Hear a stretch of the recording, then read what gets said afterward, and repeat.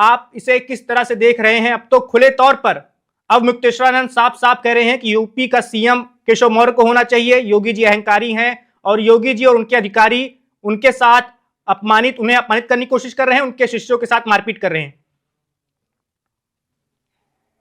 वैभव जी,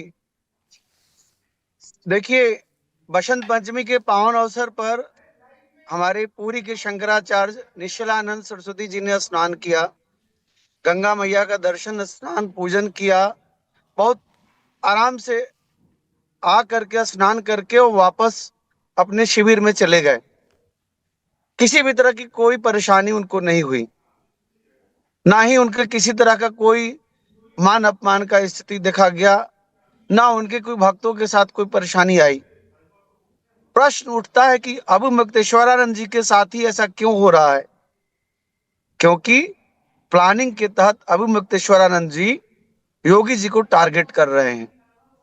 इस अभी जो उन्होंने बयान दिया, इससे साफ होता है कि योगी जी से वो वैमनस्य करते हैं, और सिर्फ योगी जी से ही नहीं, मोदी जी के लिए भी वो अच्छा नहीं बोलते हैं।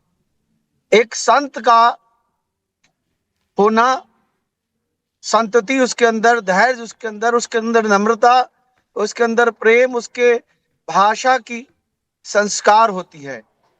अब मुक्तेश्वरानंद जी के लिए न तो देश का प्रधानमंत्री का कोई महत्व होता है, न राष्ट्रपति का, न माननीय सर्वोच्च न्यायालय का, न किसी राज्य का मुख्यमंत्री का। लेकिन आचार्य जी, तू क्या तड़ाक करके जिस तरह से उनकी भाषा है, आचार्य यह जी बिल्कुल अशोभनीय है। भाषा पर ही अगर हम बात करें तो क्या अब मुक्तेश्वरानंद को कालनेमी कहना, उनका नाम लिए बगैर, यह भी क्या एक भाषा का अच्छा उदाहरण है?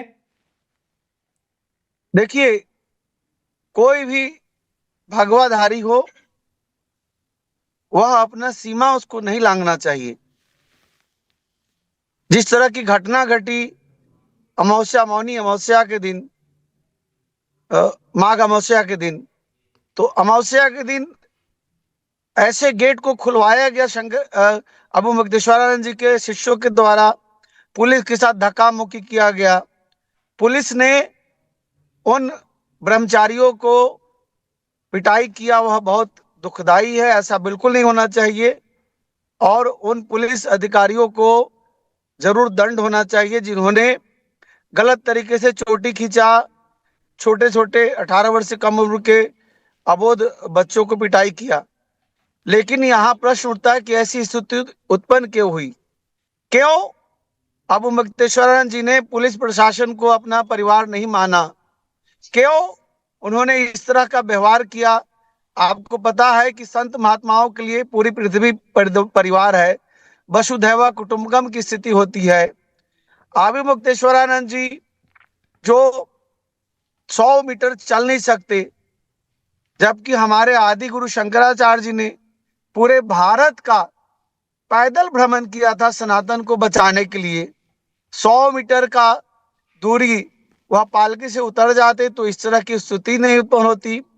दूसरी बात, इस तरह के विवाद होने के बाद उनके पास कॉल किसका आ रहा है? उत्तर प्रदेश के विपक्षी राजनेताओं का। वो राजनेता जिनके पिता ने लेकिन लेकिन आचार्य जी, राम भक्तों के ऊपर गोलियां चलवाई। अखिलेश यादव के पिता मुलायम सिंह यादव आचार्य तो जी, नहीं है अभी जी। कुछ देर के लिए अगर हम राजनीति को किनारे रख दें तो जिस तरह से सिर्फ प्रयागराज के वैभव माघ जी, मेला प्रशासन के इसमें द्वारा, केवल और केवल राजनीति ही है, पहले आप इसमें मेरा धर्म सवाल की तो कोई सुन लीजिए बातें नहीं हो महाराज। रही है जी। मेरा पूछना है और मेरा क्या, अभी मुक्तेश्वरानंद के समर्थकों का कहना है कि जिस तरह से प्रयागराज के माघ मेला प्रशासन ने दो दो नोटिस चस्पा किए उनके शिविर के बाहर और उनसे सबूत मांगा कि आप शंकराचार्य होने का सबूत दीजिए, उनका यह कहना है कि अभी ही क्यों सबूत मांगा जा रहा है? इससे पहले ही भी वो प्रयागराज आते रहे हैं और उस दौरान महाकुंभ के दौरान भी आए थे, तब भी उन्होंने स्नान किया था। तब क्या यही योगी आदित्यनाथ सरकार, तब उनको ये लगा नहीं था कि असली शंकराचार्य नहीं है, इनसे चलो सबूत मांग लेते हैं?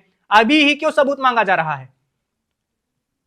देखिए, सबूत तो इनसे 5 साल पहले ही मांग लेना चाहिए था। जब पट्टाभिषेक 2022 में अपने आप इन्होंने खुद से करवा लिया, उसी समय सबूत मांगना चाहिए था। चूंकि उस समय मध्य प्रदेश में इन्होंने पट्टाभिषेक करवाया खुद से, आपको पता होना चाहिए कि जो पीठ है उसका मूल स्थान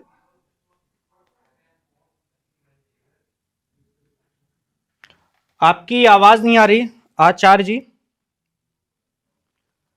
नेटवर्क की कुछ दिक्कत है। बता दें आपको कि ये जो मामला है वो भी कोर्ट में चल रहा है, और जैसा कि वो पट्टाभिषेक वाली बात बता रहे थे, उस पर भी कोर्ट के द्वारा बाद में रोक लगाई गई, और अभी ये बिल्कुल भी तय नहीं हो पाया है कि ज्योतिष पीठ के असली शंकराचार्य कौन है।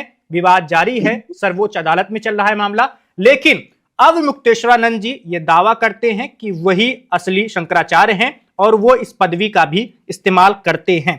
जी आचार्य जी, आप अपनी बात पूरी कर लीजिए। देखिए वैभव जी, बहुत ही सोचनीय बात है। क्या संत को खुद से कहना कि मैं संत हूं, संत को तो पब्लिक मानती है, ऐसा क्यों स्थिति उत्पन्न उन्होंने किया? आप देखिए, कोई भी संत जाते हैं तो पुलिस प्रशासन ही नहीं बल्कि नेता, राजनेता या कोई भी आम जनता भी उनको प्रणाम करते हैं, नतमस्तक होते हैं। लेकिन अभिमुक्तेश्वरानंद जी का व्यवहार, उनका जो बार बार बयान आना, राष्ट्र विरोधी बयान आपने देखा, 370 को वापस लाने की वो बात करते हैं। वापस जब पाकिस्तान हिंदुस्तान की लड़ाई हो रही थी तो भारत सरकार से उन्होंने जो है प्रश्न करना शुरू कर दिया, और अभिमुक्तेश्वरानंद जी का तस्वीर लगा करके पाकिस्तान में बहुत बड़ा हंगामा चला, भारत के खिलाफ बहुत बड़ा षड्यंत्र चला।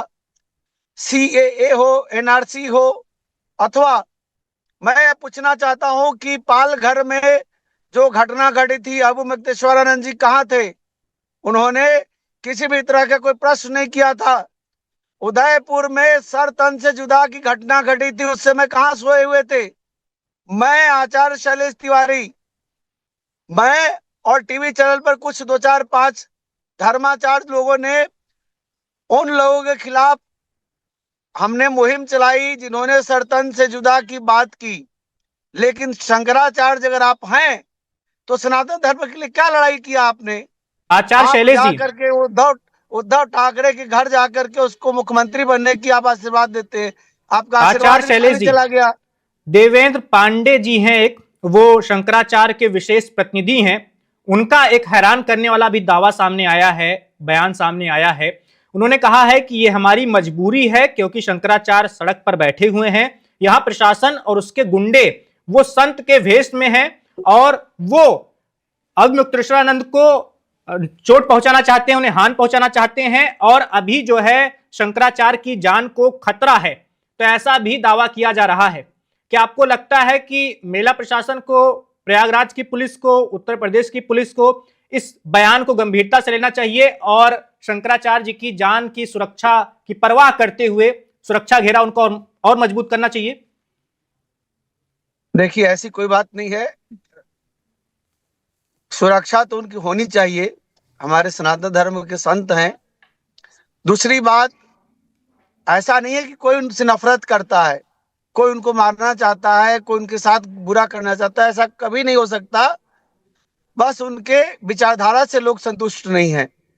मैं भी उनकी विचारधारा से संतुष्ट नहीं हूँ, मैं भी उनका सम्मान करता हूँ। हमारे सनातन धर्म के संत हैं, अच्छे संत हैं, अच्छे सनातन धर्म के लिए वक्ता हैं, लेकिन सनातन धर्म के कभी कभी जो खिलाफ बोलते हैं, मुसलमानों के पक्ष लेते हैं, उस समय दुख होता है। CAA NRC के खिलाफ चले जाते हैं, पाकिस्तान के पक्ष में चले जाते हैं, 370 के हटाने के खिलाफ हो जाते हैं, और पालघर में 2 संतों की हत्या हुई और उस पर इन्होंने किसी भी तरह का कोई बयान उद्धव ठाकरे के खिलाफ नहीं दिया। इन सब पर दुख होता है। Subscribe to One India and never miss an update. Download the One India app now.